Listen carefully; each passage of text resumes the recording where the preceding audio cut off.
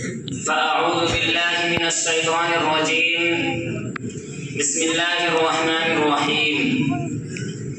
لن تنالوا البر حتى تنفقوا مما تحبون. صدق الله العظيم. معزز اساتذہ کرام و حکم صاحبان اور رحمانی رفقا، آج میری تقریر کا موضوع ہے اوقاف کی شرعی و آئینی حیثیت۔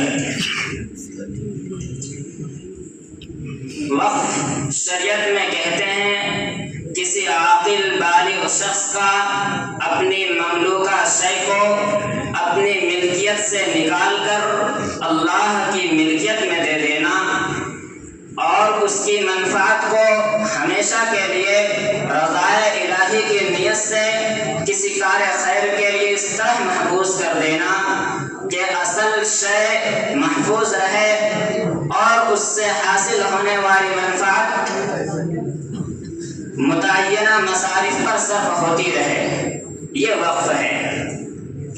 حضرات، وقف کا مسئلہ خالص مذہبی اور شرعی مسئلہ ہے جو مسلم پرسنل لا کے تحت آتا ہے، اور آئین ہند نے بھی اس کی شرعی حیثیت کو تسلیم کیا ہے۔ آرٹیکل 25، 26، 29 اور 30 کے روح سے ہمیں اوقاف کے انتظام و انصرام کی مکمل اختیار ہے۔ وقف در حقیقت صدقہ جاریہ، صدقات نافلہ اور انفاق فی سبیل اللہ ہے، جس کا ثواب واقف کو زندگی میں بھی ملتا ہے اور مرنے کے بعد بھی ملتا رہتا ہے۔ وقف قرآن مجید کی آیات اور رسول پاک صلی اللہ علیہ وسلم کی روایات سے جڑا ہوا ہے۔ قرآن مجید نے اللہ کی راہ میں خرچ کرنے کی جگہ جگہ پر ترغیب دی اور فرمایا لَن تَنَالُوا الْبِرَّ حَتَّى تُنْفِقُوا مِمَّا تُحِبُّونَ، کہ تم نیکی کے کامل درجے کو اس وقت تک نہیں پہنچ سکتے جب تک کہ تم اپنے پسندیدہ مال میں سے اللہ کی راہ میں خرچ نہ کر دو۔ حضرات، میں اس کی تفصیل میں جانا نہیں چاہتا ورنہ اصل بات رہ جائے گی۔ مختصراً عرض یہ ہے کہ یہ اوقاف اسلام کا شعار ہے، مسلمانوں کی شناخت اور پہچان ہے۔ عہد نبوی اور عہد صحابہ بلکہ پورے عالم اسلام میں اتنی جائیدادیں وقف کی گئی جو گنتی میں نہیں آ سکتی۔ خود سب سے پہلے حضور پاک صلی اللہ علیہ وسلم نے مسجد قباء کے لیے زمین وقف کی اور پھر مدینے میں 7 باغوں کو اللہ کی راہ میں وقف کیا۔ حضرت عمر فاروق رضی اللہ عنہ کو خیبر میں ایک جائیداد ملی تھی، ان کی نظر میں وہ بہترین جائیداد تھی، انہوں نے اسے فی سبیل اللہ وقف کر دیا۔ اور بہت سے صحابہ کرام اسی طرح اللہ کی رضا حاصل کرنے کے لیے اپنی جائیداد، اپنا مال اللہ کی راہ میں وقف کرتے رہے، اور یہ سلسلہ صحابہ کرام تک ہی سمٹ کر نہیں رہ گیا بلکہ تابعین، تبع تابعین میں بھی یہ سلسلہ جاری و ساری رہا۔ خود ہمارے ہندوستان میں بھی سن 1991 عیسوی میں قطب الدین ایبک نے سب سے پہلے وقف کیا، اور پھر مسلم حکمرانوں، مالداروں اور اہل خیر کے ذریعے بڑی تعداد میں جائیدادیں، مساجد، خانقاہیں، مدارس، قبرستان، امام باڑہ اور ہسپتال، اسکول، کالج اور بے شمار چیزیں فقراء و مساکین کی امداد کے لیے وقف کی گئی، اور یہ سلسلہ آج بھی جاری ہے اور قیامت تک جاری رہے گا انشاءاللہ۔ برادران اسلام، اسلامی تعلیمات کے مطابق اوقاف کے لیے تحریری دستاویز کی قطعاً ضرورت نہیں ہے، صرف زبانی کہہ دینا بلکہ مسجد بنوا کر عمومی اجازت دے دینا یہ وقف کے لیے کافی ہے۔ اور اوقاف کی شرعی حیثیت یہی ہے کہ اگر کسی نے کسی چیز کو وقف کر دیا تو وہ چیز اس کی ملکیت سے نکل کر اللہ کی ملکیت میں چلی گئی، اب اس پہ وہ کسی بھی طرح کا مالکانہ تصرف نہیں کر سکتا، نہ اسے بیچ سکتا ہے، نہ اسے ہبہ کر سکتا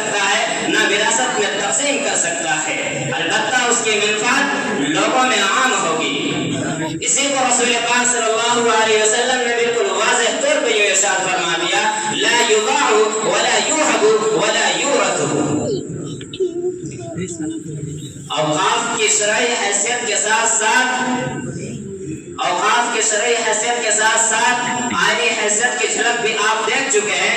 حضرات آئیے مزید جائزہ لیتے ہیں۔ سن 1857 عیسوی میں انگریزوں نے جب مسلم حکومت کا خاتمہ کر کے اقتدار پر قبضہ کر لیا تو حکومت کی تمام املاک ان کی ملکیت میں چلی گئی اور وقف کی جائیداد پر بھی انہوں نے قبضہ کر لیا۔ مسلم حکومت مسلمانوں کے احتجاج کے بعد پھر انہوں نے باقی وقف کی جائیداد پر مسلمانوں کا استحقاق تسلیم کیا۔ پھر 1863 عیسوی میں ایک دفعہ 20 کے تحت وقف جائیداد کی تولیت مسلمانوں کے حوالے کی گئی۔ آزادی ہند کے بعد اوقاف کی جائیداد کی حفاظت کا مسئلہ پھر درپیش ہوا۔ حکومت ہند نے سن 1954 عیسوی میں مسلم وقف ایکٹ منظور کیا۔ پھر 1959 1964 اور 1969 عیسوی میں وقف ایکٹ ترمیمات کی گئی، لیکن ابھی بھی بعض خامیاں تھی۔ ان کی اصلاح کے لیے سن 1995 میں نیا مسلم وقف ایکٹ منظور ہوا۔ پھر آخر میں 2013 میں ترمیم ہو کر ایک حد تک مضبوط و مستحکم ایکٹ بن کر تیار ہو گیا، جس میں اب مزید ترمیم کی چندہ ضرورت نہیں تھی، لیکن موجودہ حکومت نے پارلیمنٹ میں مسلم وقف کے سلسلے میں نیا بل پیش کیا، اور اس بل میں جو ترمیمات تجویز کی گئی ہیں وہ مسلمانوں کو اوقاف کے جائیداد سے محروم کرنے کی ناپاک سازشیں ہیں اور پرانی تمام اوقاف کو ہڑپنے کی کوشش ہے۔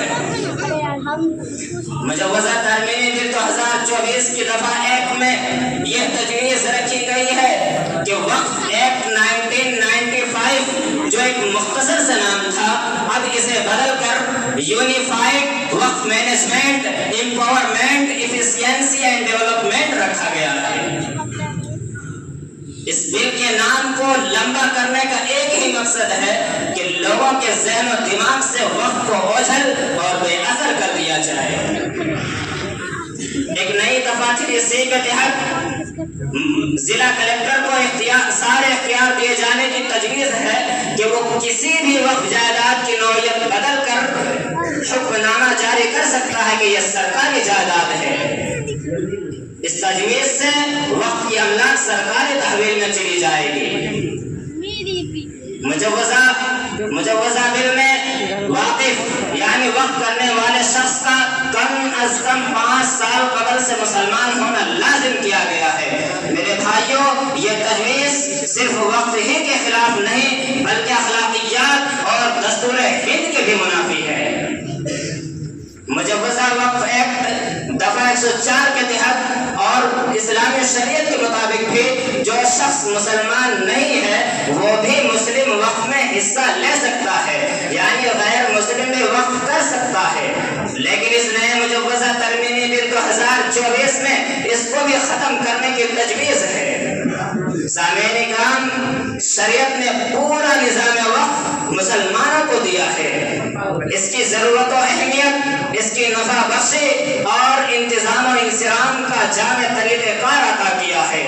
ہم اس کے پابند ہیں کہ اس کے تحفظ کے لیے شرعی نظام کے حساب سے لگے رہیں، اور چونکہ اس کو تبدیل کرنے کا حق کسی کو نہیں ہے، اس لیے حکومت کی ایسی تمام کوششوں کو ہم مداخلت فی الدین سمجھیں اور ہر سطح پر دین میں مداخلت کرنے والی قوتوں کو ناکام کرنے کی سعی کریں۔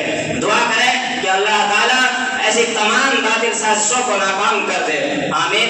وما علینا الا البلاغ۔